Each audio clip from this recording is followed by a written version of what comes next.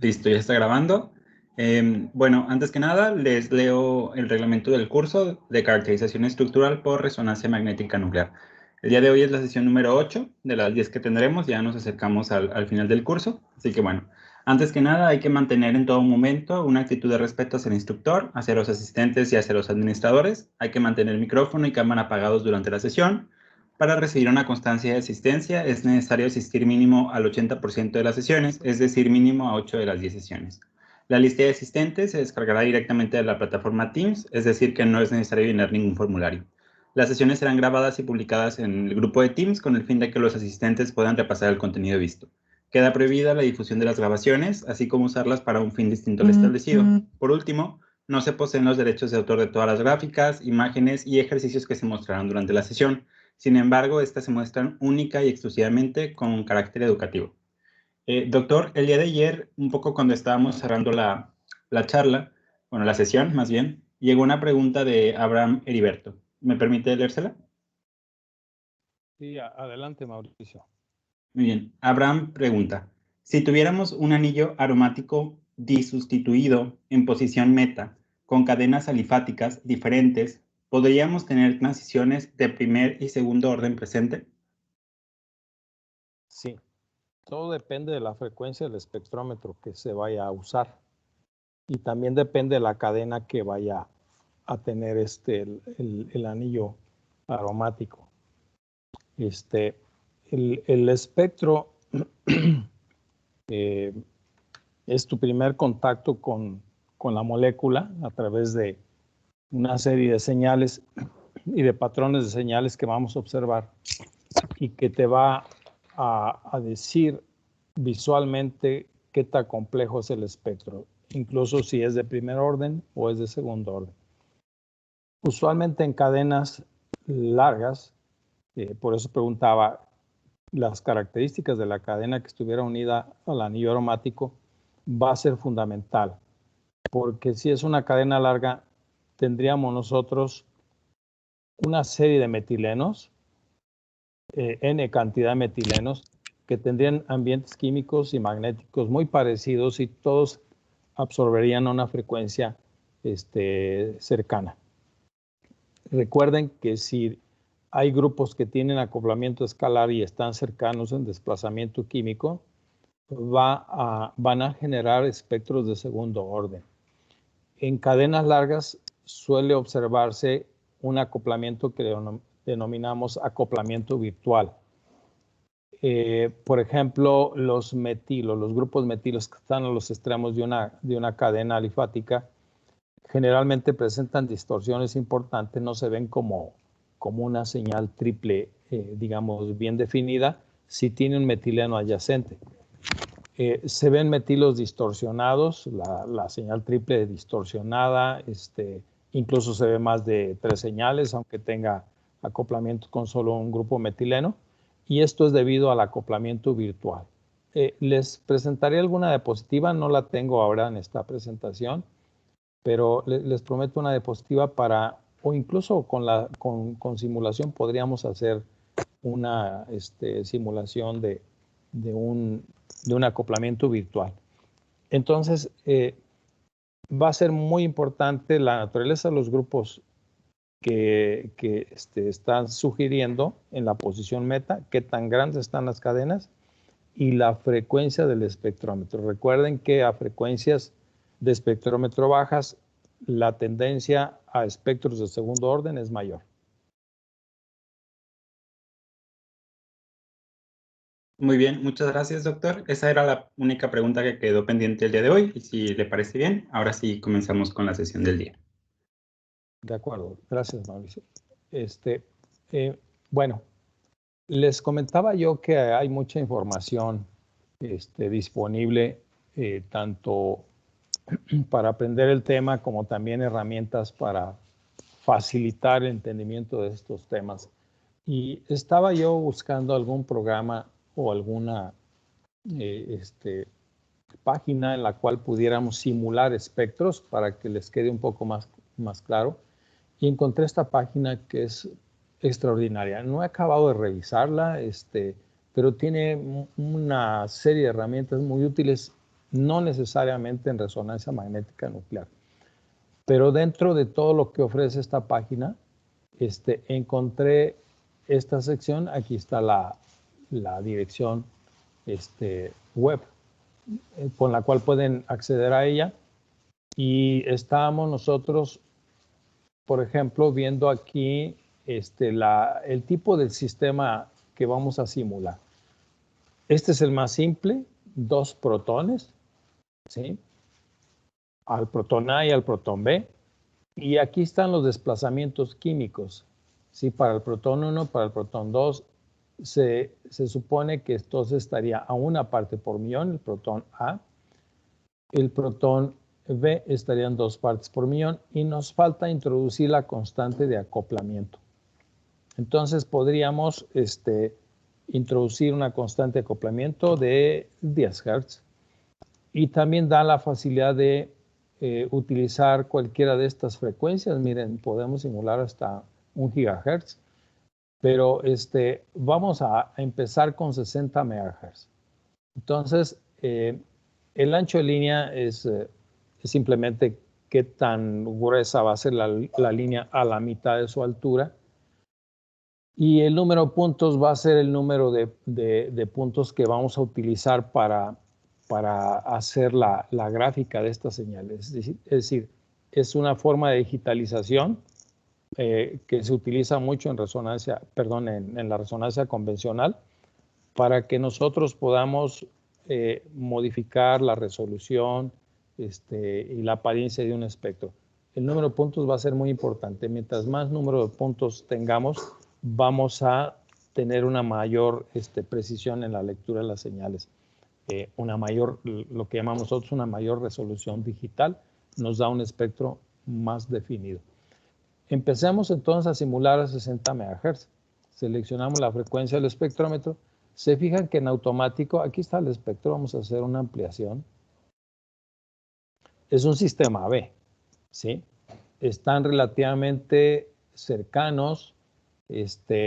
La frecuencia del espectrómetro, recuerden que están a una distancia de 1 parte por millón, porque uno aparece en 1 parte por millón y el otro en 2 partes por millón. Como está simulado a 60 MHz, entonces la distancia en Hz entre uno y otro son 60 Hz.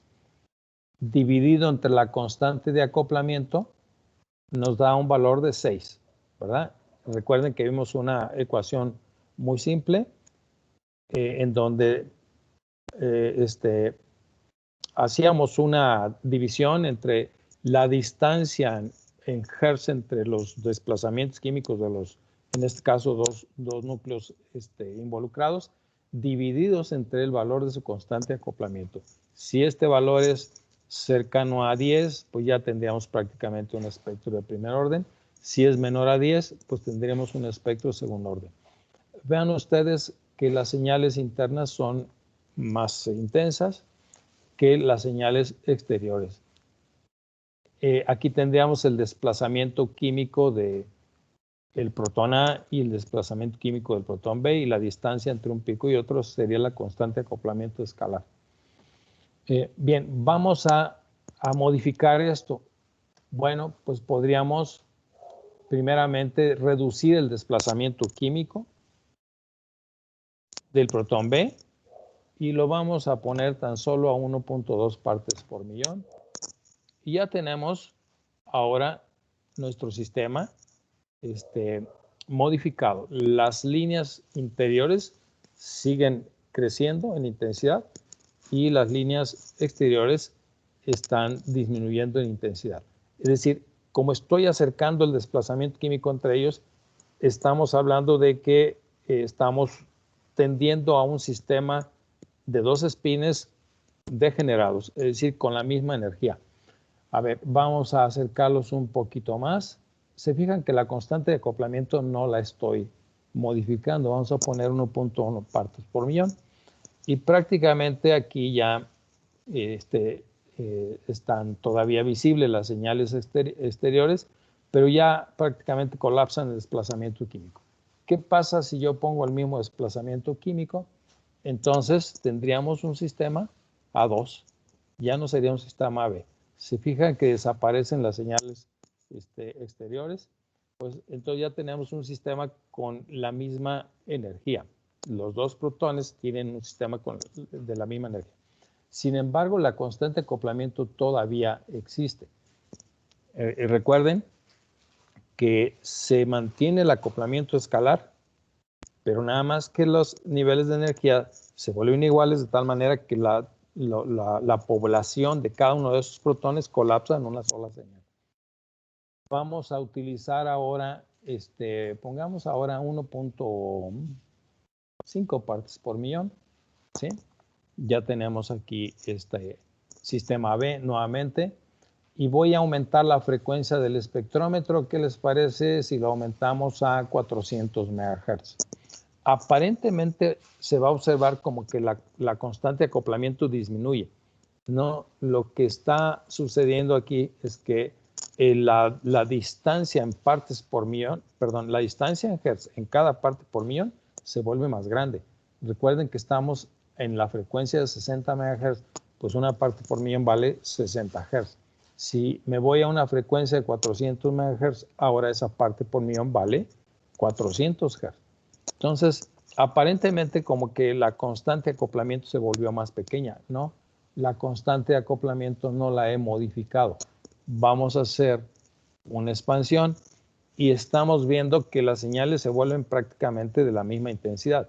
¿Se fijan cómo de 60 MHz pasamos a 400 MHz y que está tendiendo el sistema a un sistema AX? Vamos a corroborarlo. Se fijan que la distancia ahora de una parte por millón vale 400 Hz, pero la distancia entre el protón 1 y el protón 2 es tan solo de medio Hz. Estamos hablando de que si una parte por millón vale 400 MHz, pues media parte por millón equivale a 200 Hz. 200 Hz dividido en la constante de acoplamiento de 10 Hz, pues entonces esto nos da un valor superior a 10, ¿verdad? Sería un valor de 20. Entonces ya tendríamos de alguna manera un sistema AX, aunque aquí en el menú de opción no está el sistema X, realmente pues uno tiene que determinar en qué momento se está volviendo prácticamente como un sistema AX. De aquí podríamos generar, vamos a ver un sistema ABC. Podríamos generar un sistema A2B de los que analizamos en la clase pasada. ¿Cómo podríamos generar un sistema A2B si no nos da la opción ahí y dice ABC? Bueno, pues vamos a poner el mismo desplazamiento químico entre dos de sus núcleos. Por ejemplo, entre A y B. Y vamos a separar un poco el desplazamiento químico del protón C o del núcleo C. A ver, vamos a intentarlo. Seleccionamos 3, nos da tres picos separados a una distancia de una parte por millón cada uno, 400 MHz, lo vamos a dejar, ¿sí? Pero vamos a generar el sistema A2B. Quiere decir que entonces el protón 1 y el protón 2 los vamos a poner a la misma frecuencia. En otras palabras, vamos a poner una parte por millón, o bueno, 3 partes por millón. ¿Qué les parece? Da lo mismo. Recuerden que un A2B sería la imagen especular de un AB2. Bien, entonces ya colocamos el mismo desplazamiento químico de los dos protones. Se fijan en la gráfica, está pues más intensa esa señal. ¿Por qué? Porque está generada por dos protones. Bien, ahora vamos a poner la constante de acoplamiento. Aquí nos dice que deberíamos de poner la constante de acoplamiento del protón 1 con 2, ¿sí? Y entonces el protón 1 con 2, pues pongámosla, no sé, a 10 Hz. Y el protón, vamos a ver, 1 con 3, no necesariamente van a ser igual, pongámosla a 5 Hz. Y del protón 2 con 3, como son magnéticamente equivalentes, recuerden que vamos a considerar una constante de acoplamiento de 0 Hz. Muy bien, entonces ya tenemos aparentemente aquí nuestro sistema A2B. Vamos a hacer la ampliación.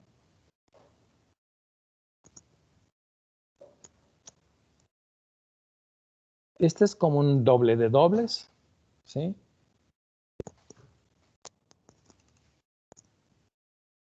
Este también sería el otro doble de dobles. Recuerden que esta señal es la que origina dos protones. Esta es originada solo por un protón. Y vamos a pasar a una frecuencia, ¿qué les parece? De 100 MHz, con los mismos parámetros. O de 90 MHz. Me trae nostalgia los equipos de 90 MHz porque yo los usé. Muy bien. Entonces, pues un sistema a 3 núcleos, si tuviéramos un A2X, pues estaríamos viendo una señal triple para los dos protones química magnéticamente equivalente, perdón, una doble, es decir, para los dos protones A2 por acoplamiento con uno que le denominamos X. Y para el otro veríamos una señal triple, sin embargo no se ve una señal triple, simplemente porque estamos hablando de un sistema A2B, no un sistema A2 X en este caso. No sé cómo aumentar en la vertical. A ver, vamos a ver si surge la novena señal que debería de surgir por ahí. Parece ser que no aparece. ¿Sí? De un sistema 2B. Vamos a pasar a 60 MHz. Vamos a reducir el desplazamiento químico. Están muy lejanos, aún así. Vamos a poner 2 partes por millón ahora. O 1.5 para este. A lo mejor ahora sí surge la novena señal que les decía. 1.5. Y ya está. Sí, miren, ya se ve típicamente un sistema A2B. Hagamos la expansión. Y vamos a ver si aparece esa novena señal. Aquí está, miren. Sí aparece. ¿Sí? Se fijan, ya estamos hablando de un sistema de orden complejo muy bien definido. Y el número de señales que da este sistema es un número superior. Incluso aquí hay otra bandita, miren. Debe de ser también parte del efecto de acoplamiento de segundo orden. Recuerden ustedes que lo que hicimos fue acercarlos en desplazamiento químico. Y como están acoplados escalarmente, entonces se vuelve un sistema de orden complejo. En fin, les recomiendo mucho esta página. Pueden ustedes jugar con todos estos sistemas. Realmente tiene, aquí estamos considerando ya hasta 8 núcleos. Les da una serie de posibilidades muy interesantes. Nada más para no dejarlo, llevemos la frecuencia del espectrómetro a 600 MHz. Veamos qué creen que ocurra. Pues de 60 MHz a 600 MHz vamos a tener un espectrómetro con mayor dispersión de campo. La separación de las señales va a ser más grande y por lo tanto el espectro va a tender a ser de primer orden. ¿Sí? Vamos a ver. Ya no aparece la novena señal. Entonces estamos hablando de un sistema de primer orden. Lo incrementé lo suficiente para hacer que ya no aparece esa novena señal.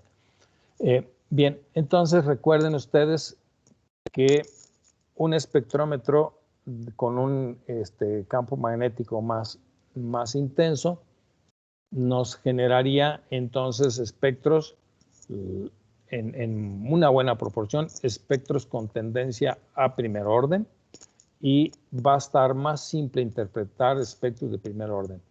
La idea de trabajar con frecuencias altas o campos magnéticos más intensos, esta es una de las ideas, simplificar los espectros porque tienden a primer orden, y por otro lado, pues la cantidad de muestra también va a ser menor, ¿sí?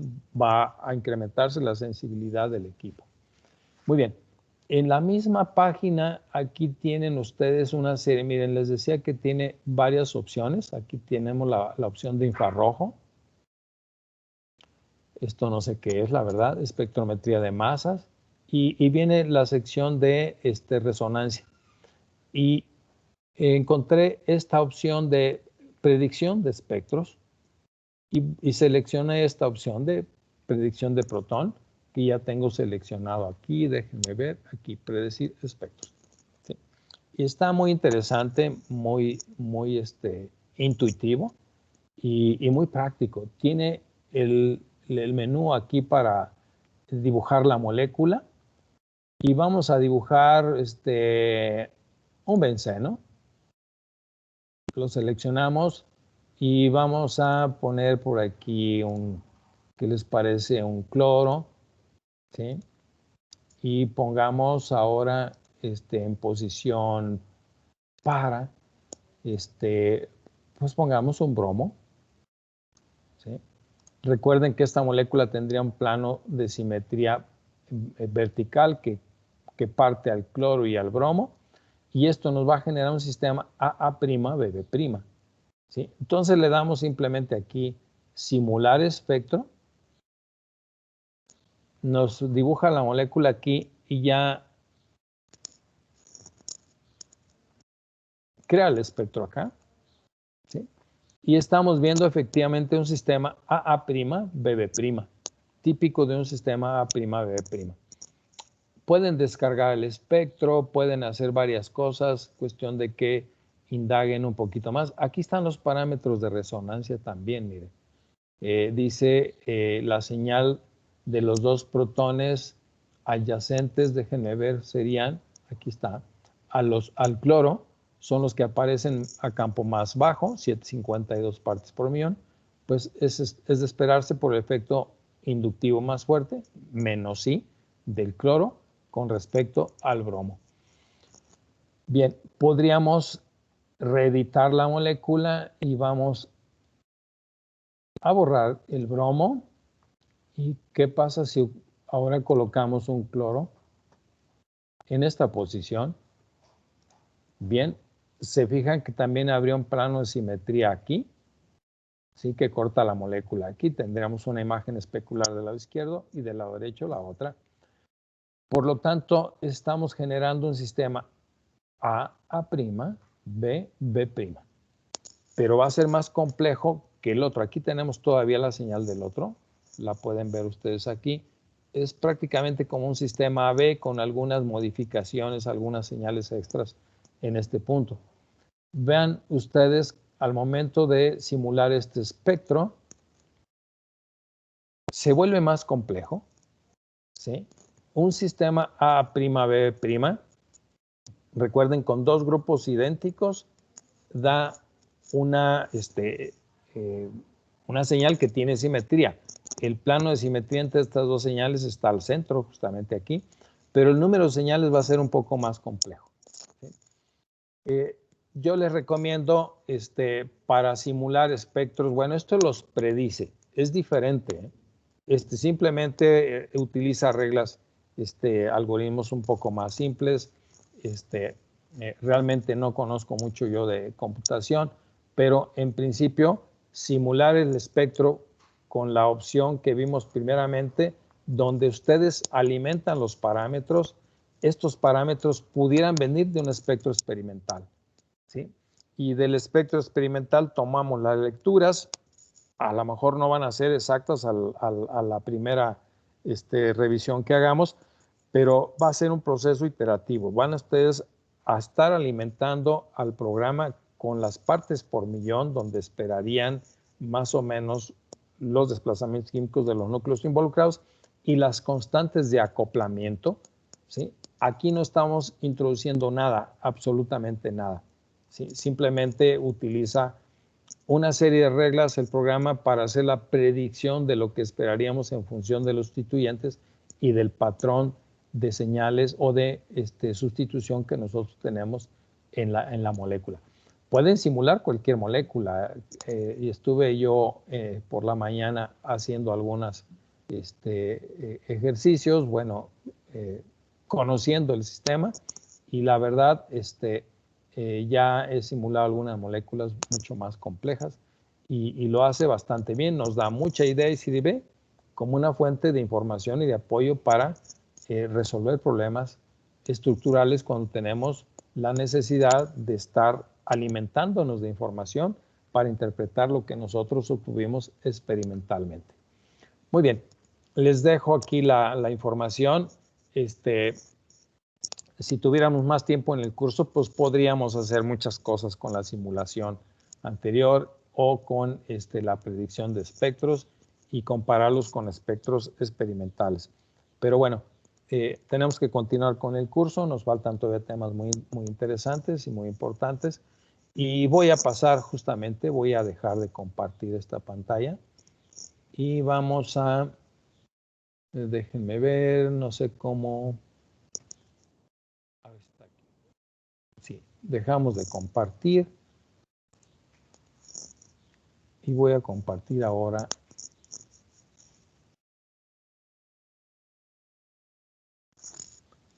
la presentación en PowerPoint. Perdón. Bien. Hay algunos preguntas, dudas que han quedado por allí y que las vamos a ir aclarando con alguna diapositiva. Habíamos comentado al principio que la resonancia podía medirse originalmente con espectrómetros de onda continua. Recuerden ustedes que la ecuación del Larmor, voy a tratar de dibujar aquí, que la ecuación del Larmor, donde está el puntero,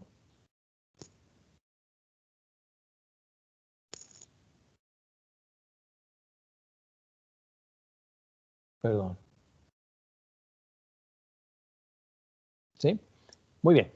Entonces, para alcanzar la condición del Larmor, pues si ustedes cambian el campo magnético, hacen un barrido de campo magnético, pues entonces de izquierda a derecha usualmente se usaban graficadores que hacían el recorrido desde unas 12 partes por millón y entonces iba haciendo la gráfica, ruido electrónico, luego de pronto alcanzaba la condición del Larmor, luego en otro pico y luego en otro más y así hasta llegar a después del cero del TMS. Y esto en los espectrómetros de onda continua, de hecho, se podía hacer el barrido en frecuencia o el barrido de campo magnético, pero cada una de esas señales se iba excitando de manera selectiva. Primero una y luego la otra hasta llegar a cubrir la ventana espectral. Por lo regular, este barrido en un espectrómetro de onda continua en protón, era muy importante la velocidad de barrido, pues tardaba 5 minutos en hacer el recorrido de extremo a extremo y obteníamos el espectro de onda continua. Muy bien. Hay el libro que les mencioné por ahí en alguna página, el libro del doctor Joseph Nathan, que editó la OEA. Al principio, creo que en la primera clase, digamos, la primera sesión o la segunda, por ahí les hablé de ese libro. Da un ejemplo muy interesante, muy didáctico, muy fácil de digerir para diferenciar lo que llamamos onda continua con respecto a pulsos y transformada de Fourier. Entonces, como ya se los expliqué, onda continua era hacer un barrido de izquierda a derecha y en algún momento se generaba la condición del Larmor para un tipo de núcleos y así sucesivamente hasta llegar al extremo. Bien, el ejemplo que da el doctor Joseph Nathan dice, bueno, vamos a suponer que en dos postes de línea telefónica, separados por cierta distancia, pues los unen unos cables y esos cables pueden en algún momento dado estar posicionados, no sé, algún objeto, un pájaro, un gatito, lo que sea, y ustedes están interesados, vamos a asumir que esto es en la noche y no tienen posibilidad de observar a qué distancia de los dos extremos está el objeto que ustedes están buscando. Una forma de hacerlo sería entonces hacer un recorrido de un extremo a otro con una luz, digamos, hacer recorrido, ir tomando nota en qué posición están encontrando los objetos. Esto sería un barrido continuo, ¿sí? Hasta llegar al otro extremo y ya finalmente toman su registro y dicen de tal a tal distancia estaban los objetos en cantidad determinada, ¿sí? Bien. La otra posibilidad es que ustedes se posicionen al centro de los dos postes, de los dos límites, y con una cámara con flash, pues tomen una foto que abarque la distancia entre los dos límites y de manera instantánea ustedes a través de la foto estarían conociendo simultáneamente la posición de todos los objetos que están entre esos límites. Esto sería el equivalente a pulsos, ¿sí? En otras palabras, en un espectrómetro de pulsos, normalmente el pulso se da a la mitad de la ventana espectral y ese pulso es de energía suficiente para que todos los núcleos absorban esa energía, vayan al estado excitado que corresponda, apagamos el pulso, la fuente de pulso, y esperamos entonces que esos espines, como los movimos del estado basal al estado excitado, regresen a su posición original. Y este regreso es el que vamos a monitorear nosotros, ¿sí? Este regreso va a tener un tiempo determinado.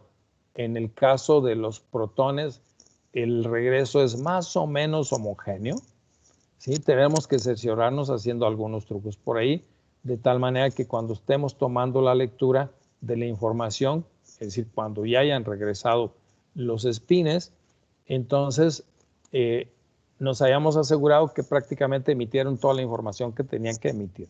En el caso de carbono 13, la ventana espectral es más grande, ¿sí? Si ustedes se fijan en un espectrómetro 300 MHz, recuerden que una parte por millón vale 300 Hz.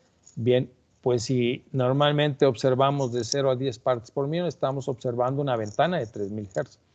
Pero en carbono 13, a pesar de que la frecuencia es la cuarta parte para el mismo equipo, el mismo imán, la cuarta parte de 300, estamos teniendo menos Hz por parte por millón.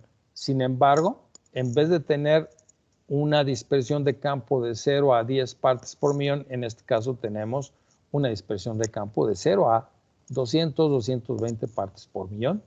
Y esto pues nos da muchos más Hz multiplicados vamos a poner 200 partes por millón por 75.4 nos debería dar esta distancia en Hz, 15.080 Hz.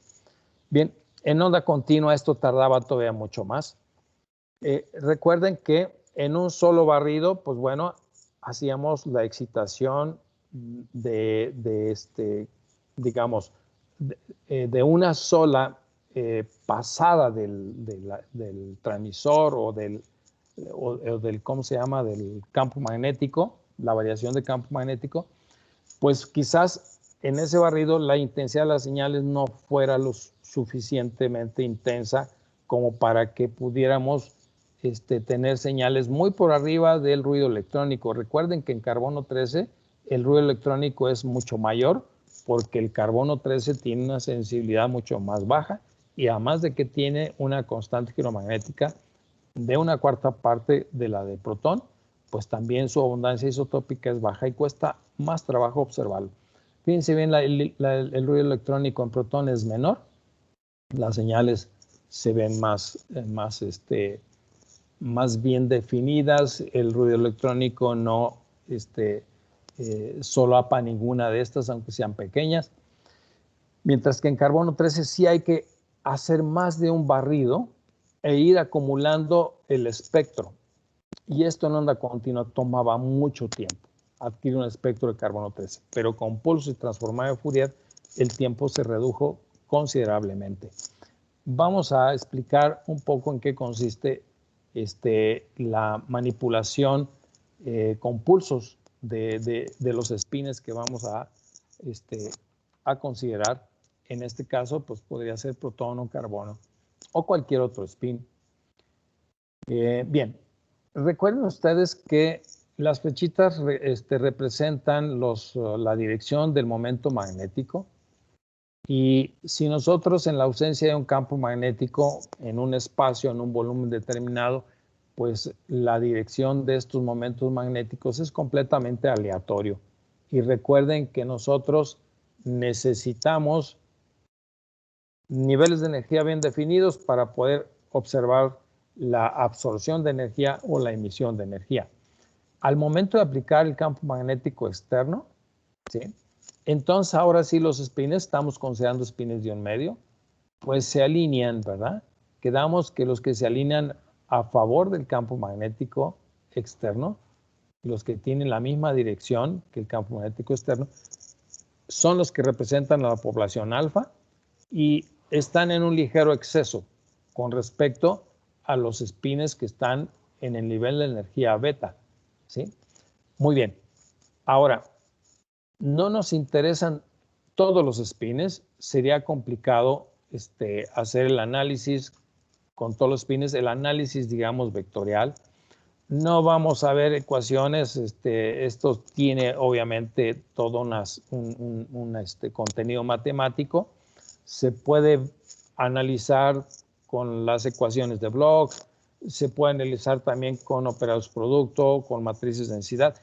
Realmente la resonancia tiene, pues, evidentemente un contenido matemático muy profundo, muy complejo, pero vamos a interpretarlo desde la perspectiva de un químico, ¿sí? Entonces, miren, sin necesidad de ecuaciones, lo que vamos a considerar aquí es de estos spines que estamos observando en el estado alfa, el exceso de spines son 3 con respecto a los que están en estado beta, ¿sí? Entonces, estos 3 spines los vamos a sumar los 3, los que están en exceso, en el estado menor de energía, y vamos a sumarlos y a generar este vector, ¿sí? Ese vector único, y desaparecemos los demás, no los vamos a tomar en cuenta. Bien, ese vector le denominamos nosotros magnetización macroscópica. Y ese vector lo vamos a manipular nosotros con pulsos, ¿sí? Y aquí justamente es donde podríamos nosotros, a través de una secuencia de pulsos determinada, pues generar información estructural específica que nos dé evidencias estructurales de la molécula bajo estudio. Entonces, este vector, repito, le vamos a denominar vector de magnetización macroscópica y solamente está formado por el exceso de núcleos en el estado de menor energía. Bien. ¿Qué ocurre con este vector? Este vector, pues entonces está alineado con el campo magnético externo, evidentemente. Y bien, este vector lo podemos nosotros con un pulso de energía que podemos mandar de manera perpendicular, ¿sí?, ortogonal a la dirección de este vector, y lo vamos a sacar del equilibrio, es decir, va a absorber energía. Este ancho de pulso, ¿sí?, mueve el vector de la posición original y nos genera dos componentes vectoriales muy importantes. Si ustedes se fijan, este componente es el m coseno de teta, es una función cosenoidal, ¿sí? Le vamos a llamar el vector de magnetización o el componente vectorial mz, y a este le vamos a llamar el componente vectorial my. Y pues tiene la equivalencia de m debería ser, sí está ya como m, perdón. M0 significa que está al equilibrio, y ya cuando no ponemos el M0 o subíndice 0, decimos que está fuera del equilibrio. Bien, por lo tanto, entonces, pues sería la hipotenusa, ¿verdad?, multiplicada por el seno del ángulo teta, y en este caso la hipotenusa multiplicada por el coseno del ángulo de pulso que nosotros dimos. Bien, fíjense ustedes que ese ancho de pulso requiere, pues, cierta intensidad. Por lo regular, el ingeniero de servicio viene calibra ese pulso y realmente lo que modifica es una energía constante, pero cuánto tiempo va a estar encendido el transmisor para mover el vector de ionización macroscópica a alguna posición dentro de este sistema de coordenadas cartesianas que estamos incluyendo. Por lo tanto, por lo regular, los ingenieros de servicio, cuando montan un equipo, un espectrómetro de resonancia, lo que hacen es mantener, como les digo, la potencia constante y la duración del pulso alrededor de unos 10 microsegundos. ¿Sí? 10 microsegundos nos asegura que el vector de magnetización macroscópica va a quedar en 90 grados con respecto al valor original. Bien, entonces pues vamos a hablar de pulsos. Recuerden que una vez que nosotros movimos, por ejemplo, aquí estaríamos hablando de un pulso reciente de 90 grados. ¿Sí? Partiendo del equilibrio damos un pulso de 90 grados, pero vean este vector de magnetización macroscópica, cómo va con el tiempo haciéndose un poco más corto y todavía más corto y hasta que llega a disiparse, a desaparecer. Se ve que hay una caída exponencial. ¿Sí? Si nosotros partimos del equilibrio, entonces al momento de dar el pulso, vamos a ver que este pulso, en el equilibrio, el componente MZ, pues es 0, pero conforme estamos incrementando el pulso, el vector se va haciendo, va incrementando el ángulo y se va colocando en el eje Y. Originalmente, el pulso tiene una fase que podemos nosotros controlar.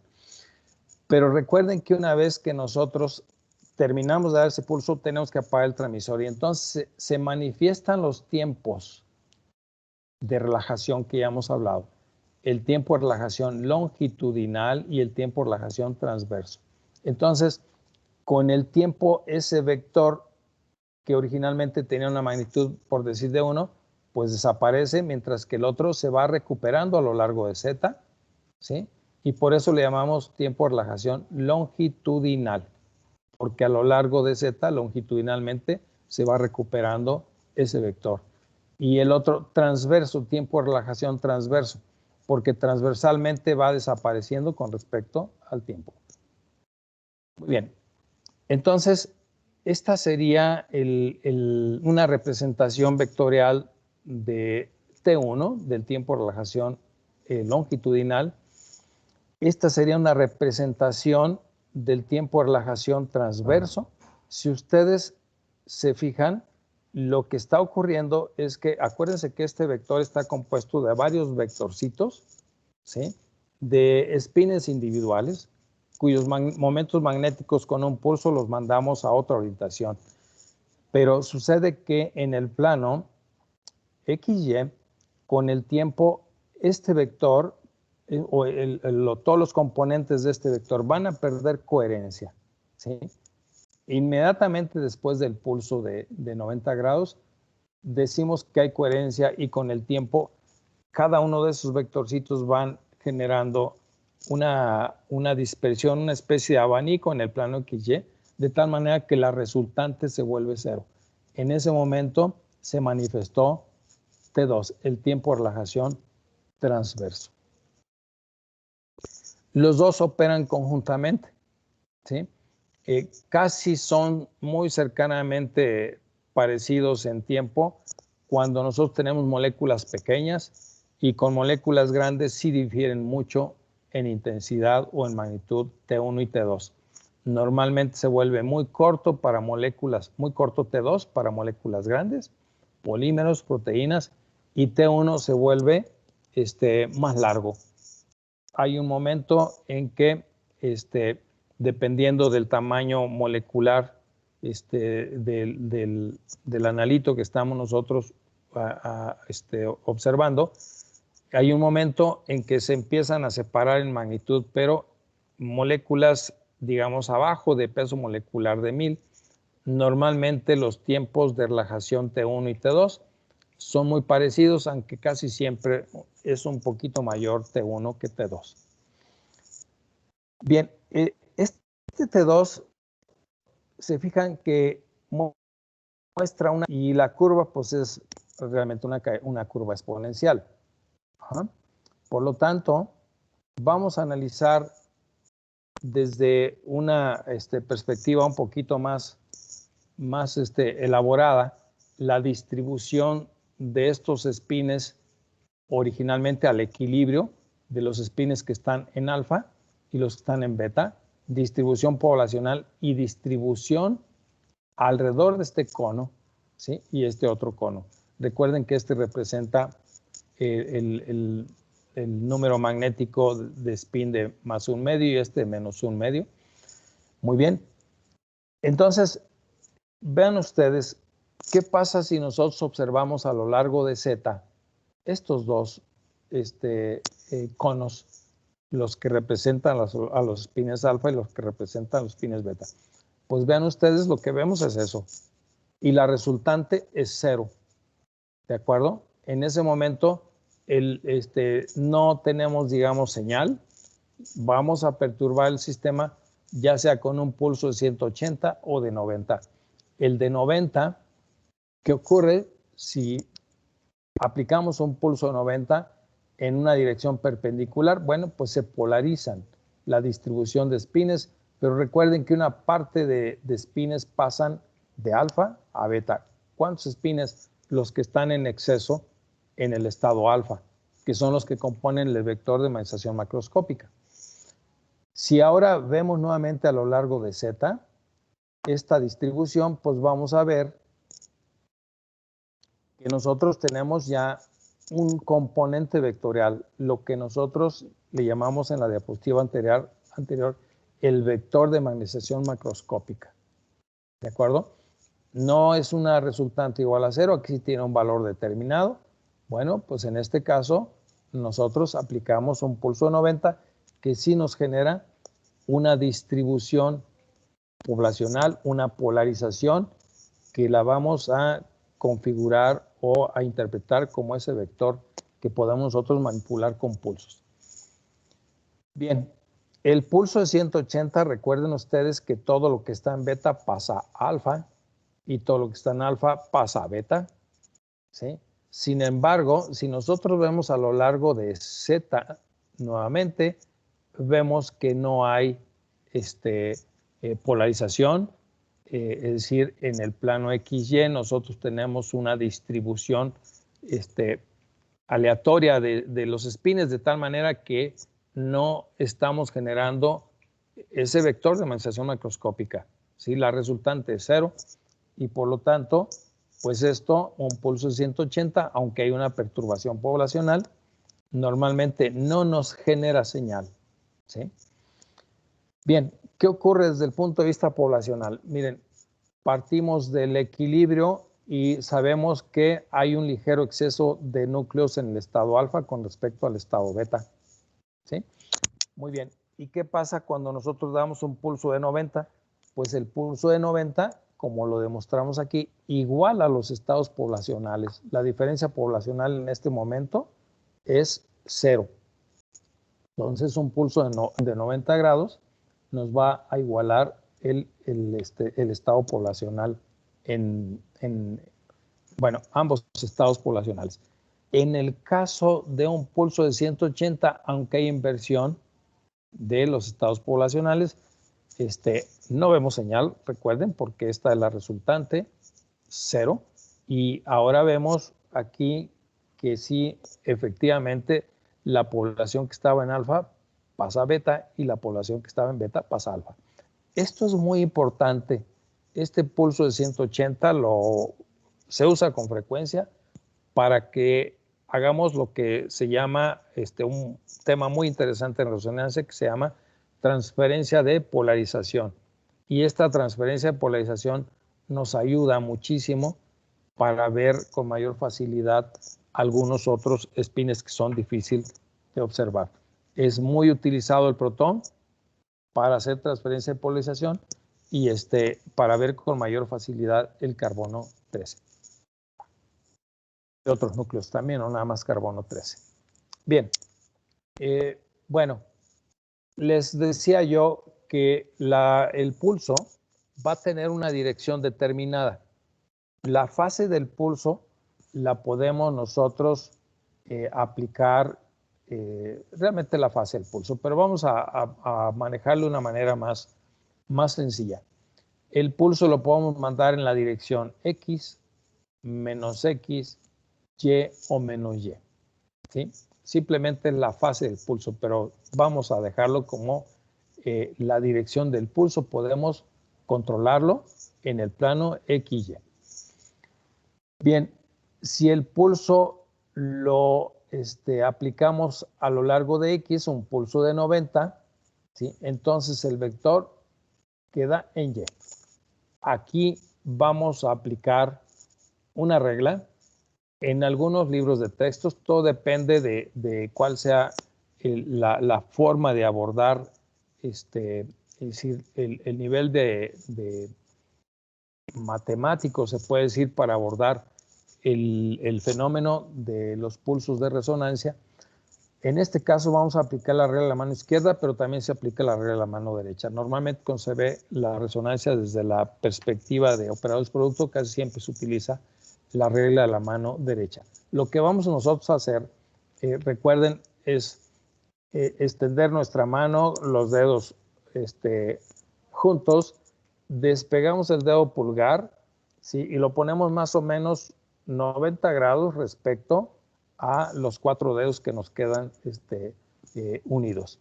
Bien, ese dedo pulgar va a ser el eje al cual nosotros vamos a estar aplicando el pulso de radiofrecuencia. Y en este caso podríamos asumir que si el pulso está dado en esta dirección, este sería nuestro dedo pulgar, vamos a mover el vector de manifestación macroscópica a la misma dirección que sigue cuando nosotros cerramos el puño. En otras palabras, nuestro dedo pulgar sería los 4 dedos serían si cerramos el puño, entonces quiere decir que el vector de manifestación macroscópica se vendría o quedaría en la posición Y. Muy bien. Por lo tanto, un pulso de 90 grados en X nos pone el vector de manifestación macroscópica aquí. Esto que ustedes ven aquí es la posición del detector. También el detector debe tener una fase determinada. Vamos a suponer entonces que el detector está colocado con esta fase o en esta dirección. El vector de manifestación macroscópica con respecto al detector está en fase y por lo tanto esto genera una señal de resonancia positiva, ¿sí? Con la máxima intensidad. El pulso de 90 grados genera el máximo de intensidad posible de una señal determinada. Bien, si damos el pulso de 90, no importa ahora la dirección, pero bueno, si lo dan en X o en menos X o en Y o en menos Y, pues el resultado final de un pulso de 180 grados es que el vector queda en menos Z. Y bueno, ya vimos la consecuencia poblacional. De momento quería ubicarlos en la dirección del pulso, que va a ser muy importante, o la fase del pulso, para darle seguimiento a ese vector de manifestación macroscópica, donde va a quedar. Recuerden que un pulso de 180 grados no genera señal, no induce voltaje y el detector no detecta ninguna señal y pues no la registra. Entonces un pulso de 180 grados partiendo de esta posición de vector de manifestación macroscópica no nos va a generar señal. Cuando ustedes tienen componente vectorial en el plano XY, va a haber señal. Si no tenemos componente vectorial en el plano XY, no habría señal. Más o menos estaríamos viendo un pulso conforme va evolucionando a Y. Entonces la señal va creciendo en intensidad hasta llegar a un máximo de intensidad cuando el pulso es de 90. Aquí estamos asumiendo que el pulso se dio en X, considerando la regla de la mano izquierda. Muy bien. el pulso de 180 grados, pues en algún momento podría generar componentes vectoriales en el plano XY y en consecuencia señal, pero conforme va llegando a 180, la señal va a desaparecer. Un pulso de 270 con respecto a la fase del receptor, vamos a suponer que tenemos el detector o receptor en esta dirección, al igual que acá. Ahora el vector de magnetización macroscópica está 180 grados fuera de fase con respecto a la fase del detector y por lo tanto la señal va a ser negativa. ¿De acuerdo? Muy bien. En general, bueno, un pulso de 360, pues bueno, es el equivalente a no tener ningún pulso. La señal tampoco va a ser porque va a ser observable, perdón. ¿Por qué? Porque no tendríamos magnetización en el plano XY al final del pulso. Bien, en pocas palabras, lo que nosotros vamos a hacer con una secuencia de pulsos determinada, miren, es muy simple. Poner picos con fase positiva, ¿sí? Desaparecer picos, estoy hablando con picos, frecuencias de resonancia en el espectro. Hacerlos que aparezcan con fase negativa, o les digo desaparecerlos. Y otra posibilidad más, hacer que una señal, un pico determinado, crezca, gane intensidad por efecto de alguna secuencia de pulso determinada que permite hacer lo que denominamos hace rato, la transferencia de polarización. Entonces, el truco es muy sencillo. Pues vamos a tratar de ser muy específicos. Yo quiero generar una secuencia de pulsos donde los carbonos cuaternarios, por ejemplo, no aparezcan, ¿sí? Que los metilos aparezcan positivos y que los metilenos aparezcan negativos. Y pues eso es información estructural valiosa. Y para eso necesitamos usar nosotros una secuencia de pulsos. Muy bien. Lo que obtenemos originalmente es un espectro de estas características, es un espectro cuya intensidad va desvaneciéndose con el tiempo, ¿sí? Y va teniendo esta caída exponencial. Si ustedes le dan seguimiento a los límites de esta señal, vemos claramente que tiene la misma forma que la curva de T2. Y efectivamente estamos viendo aquí el tiempo T2, el tiempo que tarda en perderse la coherencia en el plano XY. Y este espectro pues tiene una intensidad que se pierde con respecto al tiempo. Y decimos que este espectro es un FID, ¿sí? El FID es el acrónimo de Free Induction Decay, que significa, pues bueno, caída libre de inducción.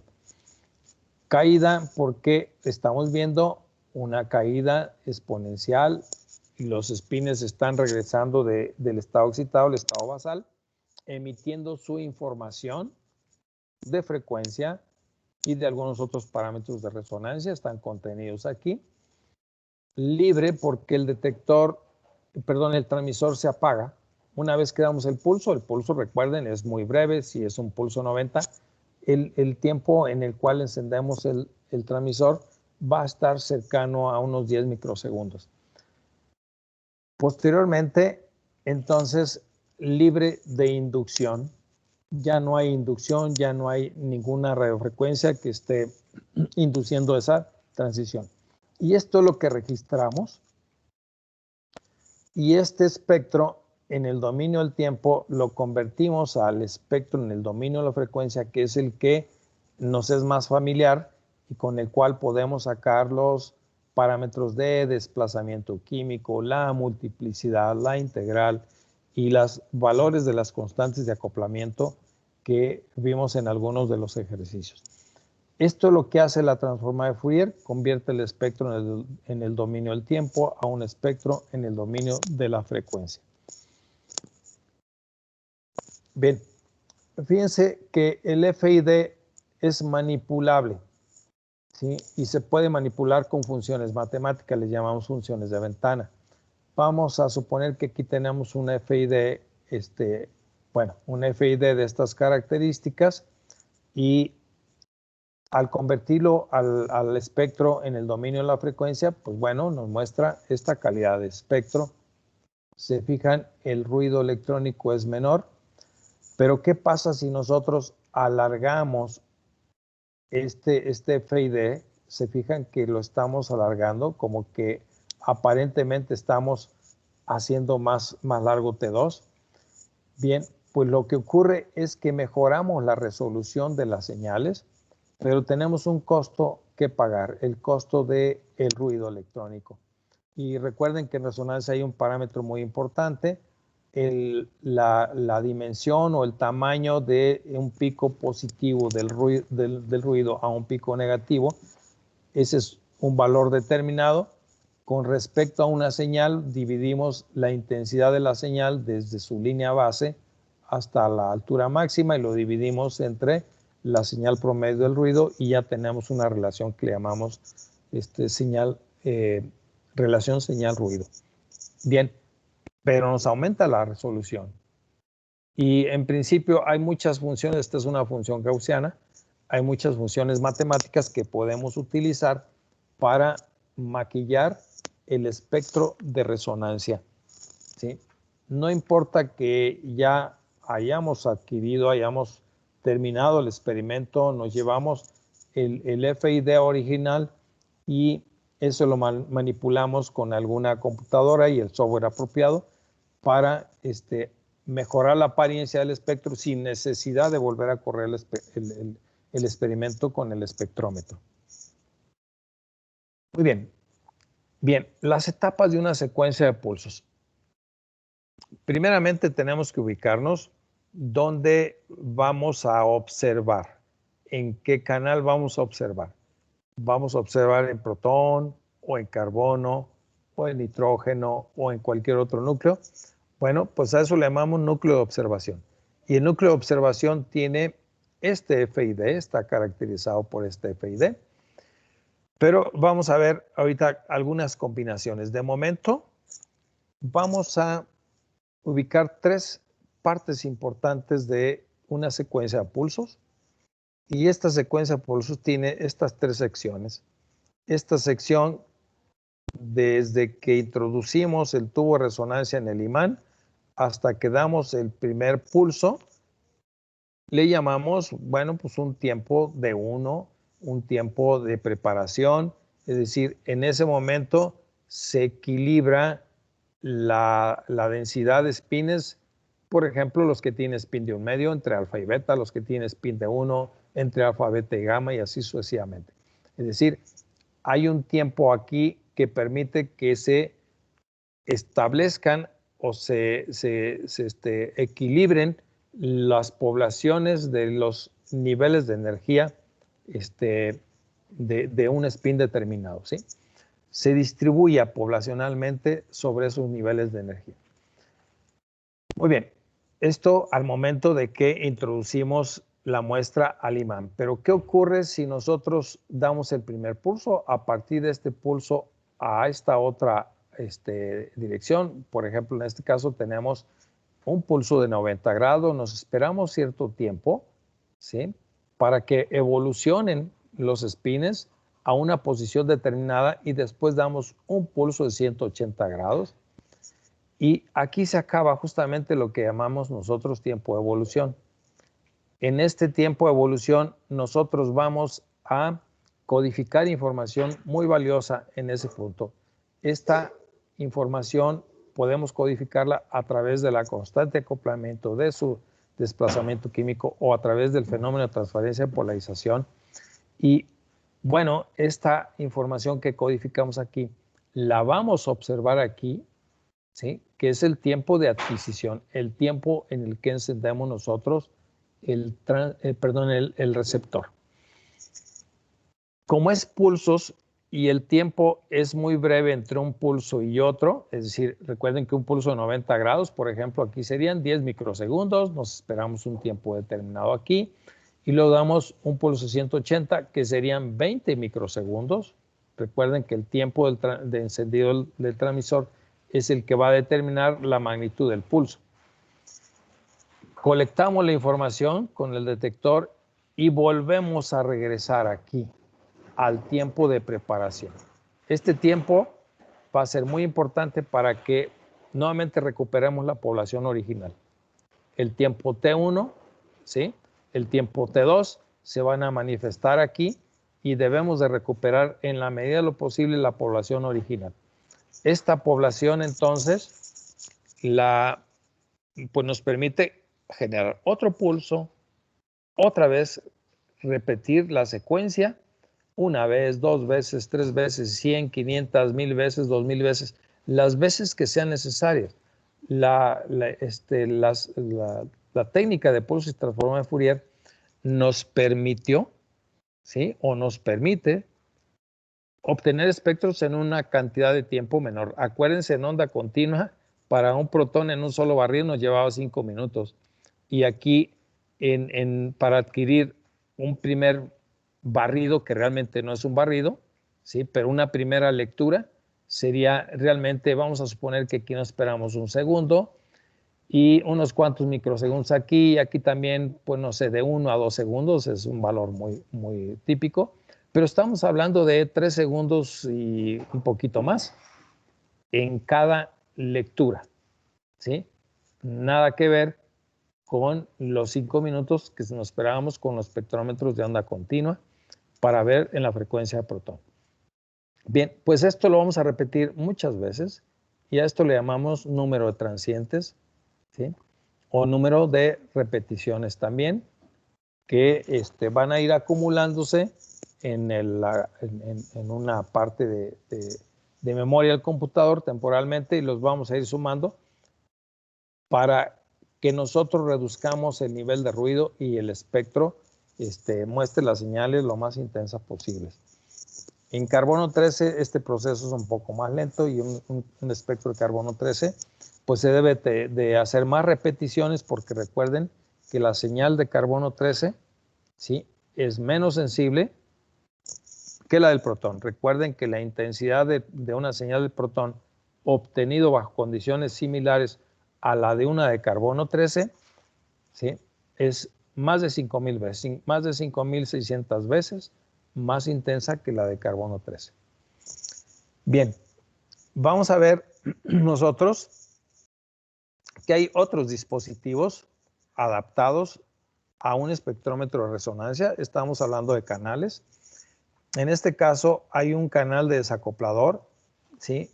En la frecuencia de protón podemos nosotros meter una frecuencia muy particular, le llamamos nosotros frecuencia de irradiación, para que recuerden, ya lo comenté en una de las sesiones anteriores, para que nosotros perdamos acoplamiento de los carbonos con el protón.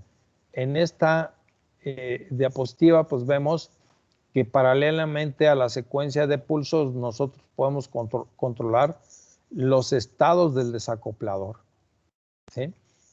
Esta S significa de que sí está encendido en el tiempo de preparación, que también está encendido en el tiempo de evolución y que también está encendido en el tiempo de adquisición. Pero nosotros podemos manipular el desacoplador, apagarlo, por ejemplo, aquí, apagarlo aquí, encenderlo acá, o mantenerlo encendido aquí y apagarlo acá, ¿sí? Esto nos da entonces pues más versatilidad y más posibilidades para obtener información más rápida y con características que convienen para algún experimento determinado. Les comenté que les iba a explicar más adelante en qué consistía un espectro desacoplado. Bueno, pues esta es justamente la razón. Miren, tenemos como núcleo de observación el carbono 13. Recuerden que aquí tenemos las 3 etapas y vamos a ver cuáles son los estados del desacoplador en una situación que le vamos a denominar situación A. Sin importar cómo esté el desacoplador, si está encendido o apagado en las dos primeras etapas, pero si está apagado en la última etapa durante el tiempo de adquisición, nosotros vamos a tener un espectro acoplado, ¿sí?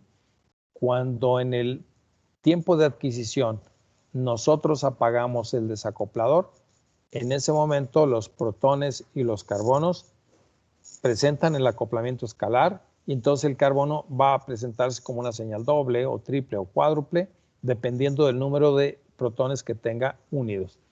Si encendemos el desacoplador, sin importar cómo esté acá, ¿sí?, entonces vamos a generar un espectro desacoplado.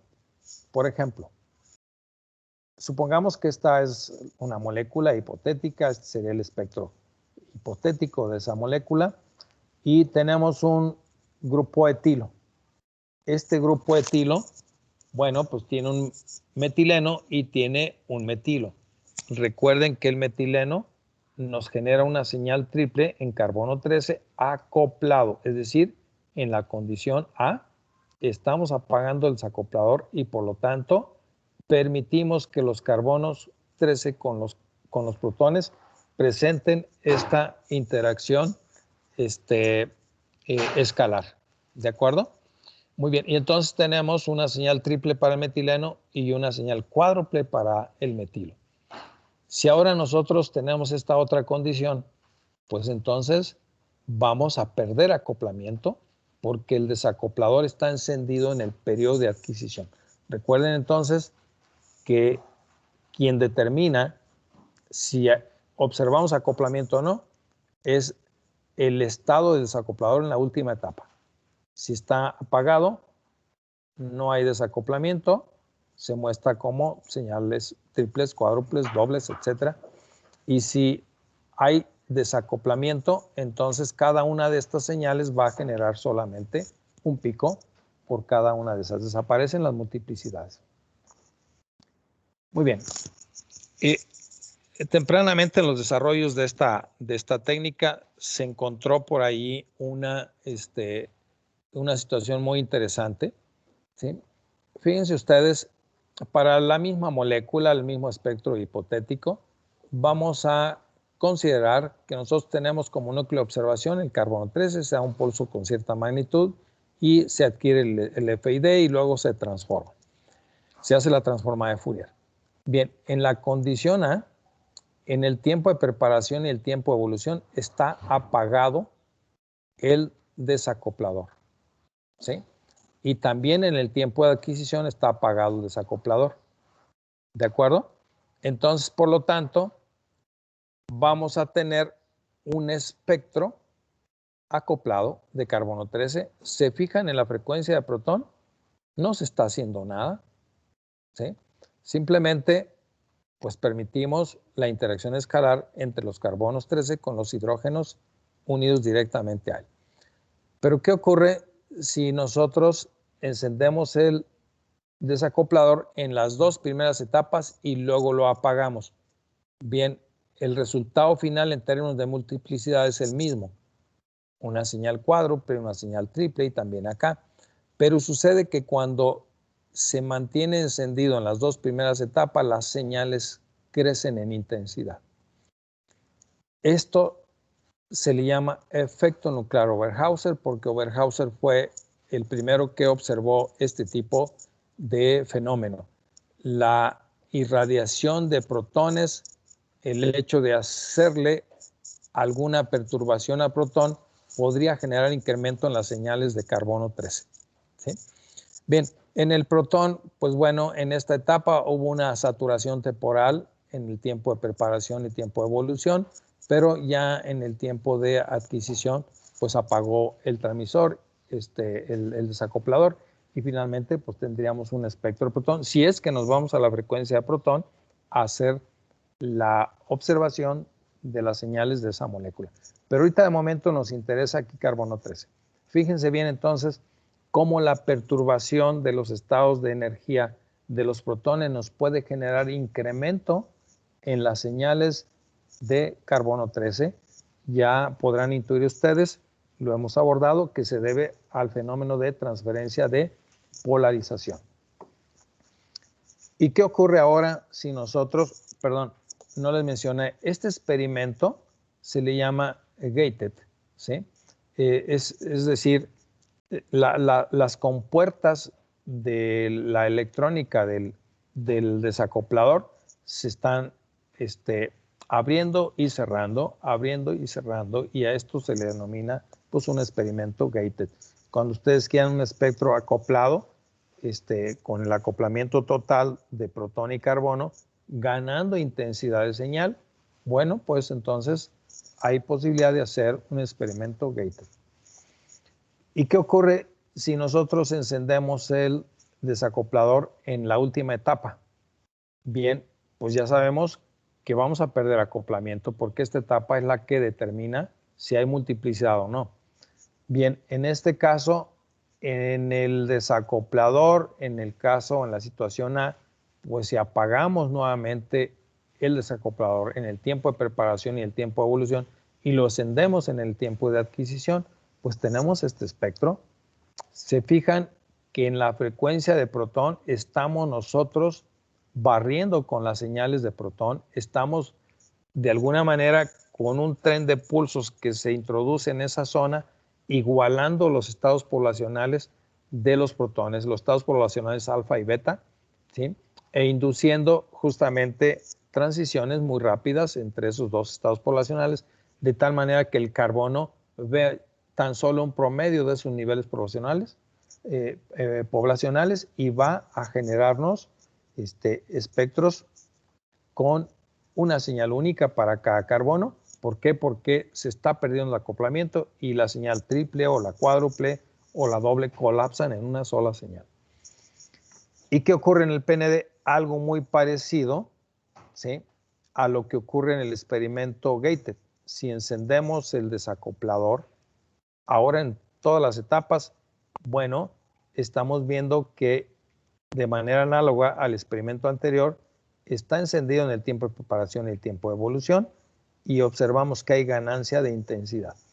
Podemos ganar hasta el doble de la intensidad y eso es mucho en términos de tiempo de máquina, pues es muy agradable tener 10 miligramos de muestra y en vez de esperarnos 2 horas, pues durar cercanamente 1 hora y obtener más o menos el mismo resultado.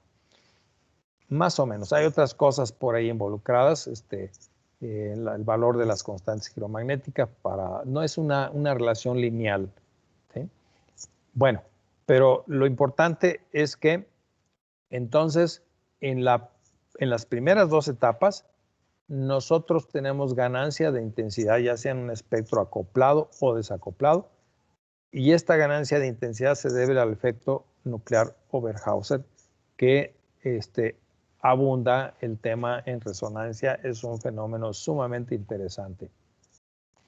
Bien, vamos a ver cómo andamos de tiempo. Nos faltan 10 minutos. Podemos dejar avanzado esto. Miren, esta es una secuencia de pulsos, un experimento que se llama prueba del protón unido, Attached Proton Test, ¿sí? Y en esta prueba del protón unido vamos a codificar la constante de acoplamiento en el tiempo de evolución, ¿sí? Bien, hay 2 formas. Aquí estoy mostrando 2 secuencias de pulsos que modulan la constante de acoplamiento en ambos casos. Si ustedes se fijan, el desacoplador, el estado del desacoplador, ¿sí?, antes de este tiempo de evolución, le llamamos tiempo tau, el desacoplador está encendido, ¿sí?, y en este tiempo interpulso se apaga el desacoplador y en este momento estamos permitiendo que la interacción escalar entre carbono y protón suceda, ¿sí? Bien, entonces, y finalmente lo volvemos a encender hasta en la última etapa. Recuerden que si está encendido el desacoplador acá, vamos a observar carbonos sin acoplamiento con protón, es decir, solamente una señal por cada carbono o cada conjunto de carbonos, si es que hay equivalencia química en alguno de ellos. Muy bien, entonces esta otra secuencia de pulsos es muy parecida a la anterior y bueno, se introduce un pulso de 180 aquí, un pulso de 180 para hacer algunas correcciones en la pérdida de coherencia de nuestra secuencia de pulsos. El resultado final es esencialmente lo mismo y vamos nosotros a ver en qué consiste esto. Bien, un carbono que no tiene protones pues nos da una señal simple, un carbono que tiene un protón nos da una señal doble, un carbono que tiene 2 protones nos da una señal triple y un carbono que tiene 4 protones nos da una señal cuádruple. Pues bien, entonces vamos a ver esta línea que estamos nosotros poniendo aquí, esta línea discontinua, pues simplemente es para, le llamamos nosotros off resonance, ¿sí? La línea del off resonance, o simplemente para marcar cuáles señales están en cierta magnitud retiradas unas de otras.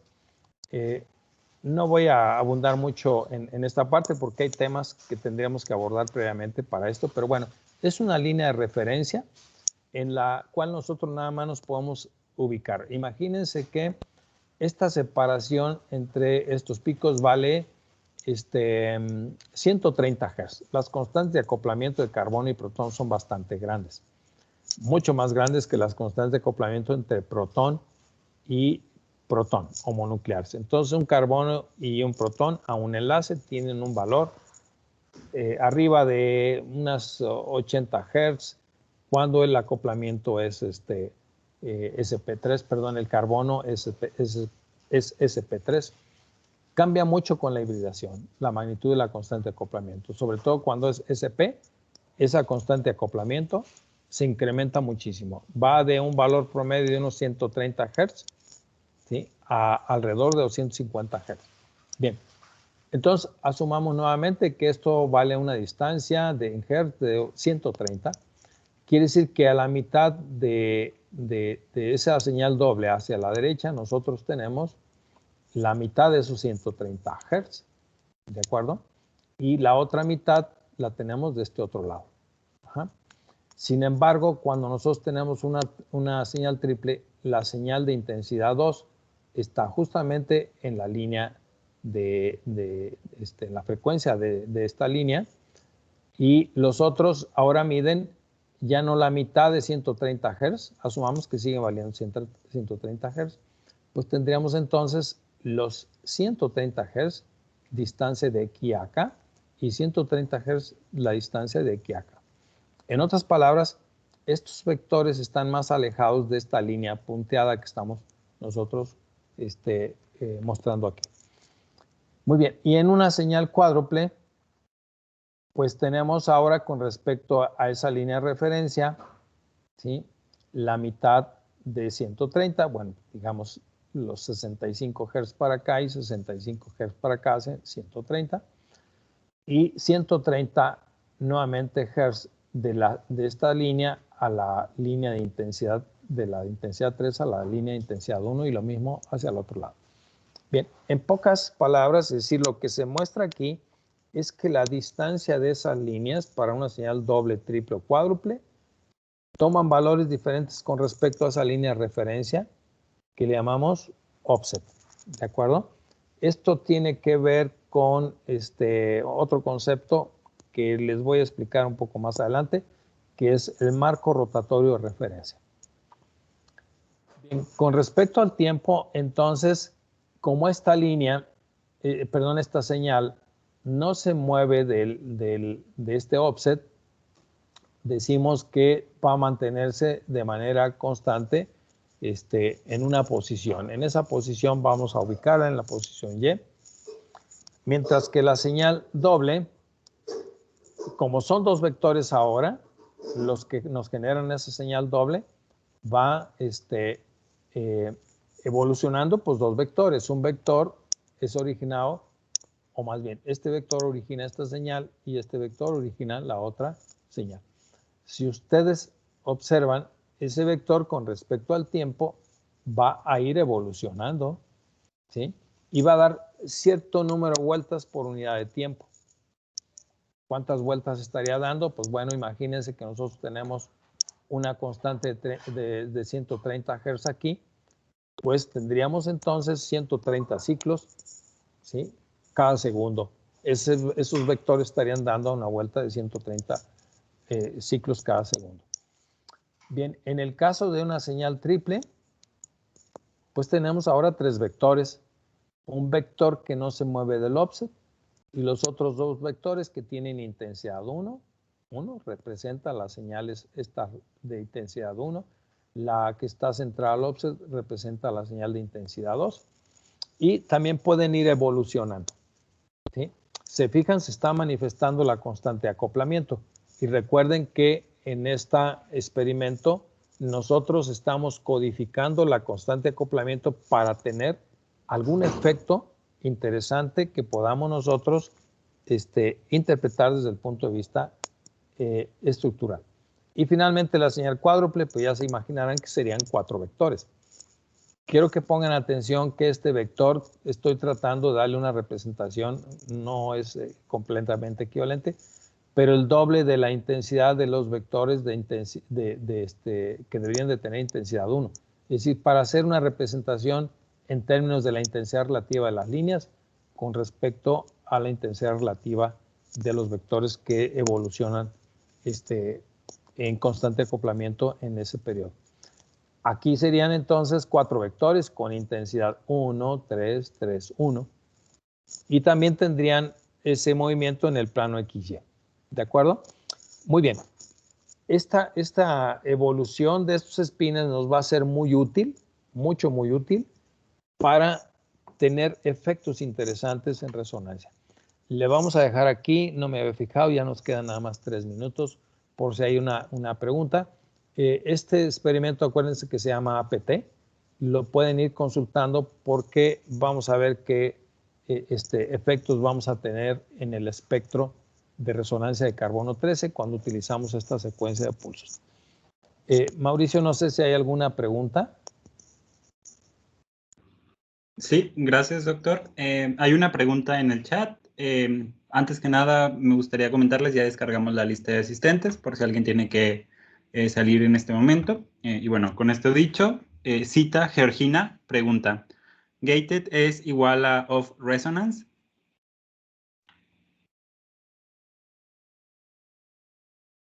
Creo que tiene... Sí, es muy buena pregunta. No, en el gated no se está haciendo ninguna irradiación. ¿Sí? El gated se obtiene, si se fijaron ustedes, en el tiempo de preparación se apaga el desacoplador. Lo que ustedes ven en el gated es la constante de acoplamiento completa, ¿sí? En el off resonance ustedes ven un acoplamiento parcial. ¿Qué ocurre? Que en vez de irradiar los protones de manera, digamos, certera en todos los protones, pegarles exactamente a la frecuencia donde está cada protón, el desacoplador se ubica en una posición fija fuera de las señales de resonancia de protón. Por eso se llama off resonance, ¿sí?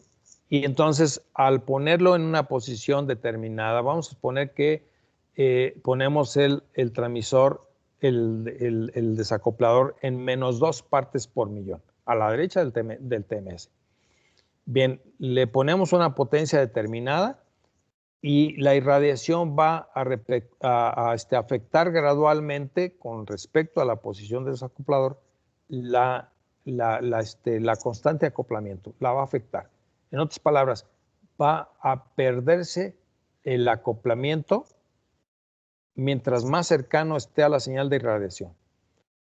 Mientras más cercano, más pérdida de acoplamiento. Mientras más alejado de la fuente de irradiación, ¿sí? Va a tener menos pérdida de constante acoplamiento. Y en eso consiste el offset, ¿sí? Simplemente habría que localizar en qué punto estaba el offset del desacoplador. Si en vez de, por ejemplo, -2 partes por millón, a lo mejor en -12 partes por millón para ver las señales que están cercanas de campo bajo a la izquierda, a ver cuáles pierden más acoplamiento, y eso nos daba información también estructural. Para ver quiénes perdían más acoplamiento, sabíamos de alguna manera indirecta que eran los protones que estaban más cerca de la fuente de irradiación del desacoplado. Muy bien, muchas gracias, doctor. Esa era la única pregunta que estaba en el chat. Igualmente, si alguien tiene alguna pregunta o alguna duda, puede escribirla y la leemos el día de mañana antes de empezar la sesión al doctor. Entonces, si le parece bien, doctor, cerramos la sesión del día de hoy. Cómo no, Mauricio, muchas gracias. Nos vemos mañana. Cuídense, hasta mañana. Muchas gracias, doctor. Y bueno, muchas gracias a todos. Nos vemos el día de mañana para la penúltima sesión del curso. Que tengan una excelente tarde.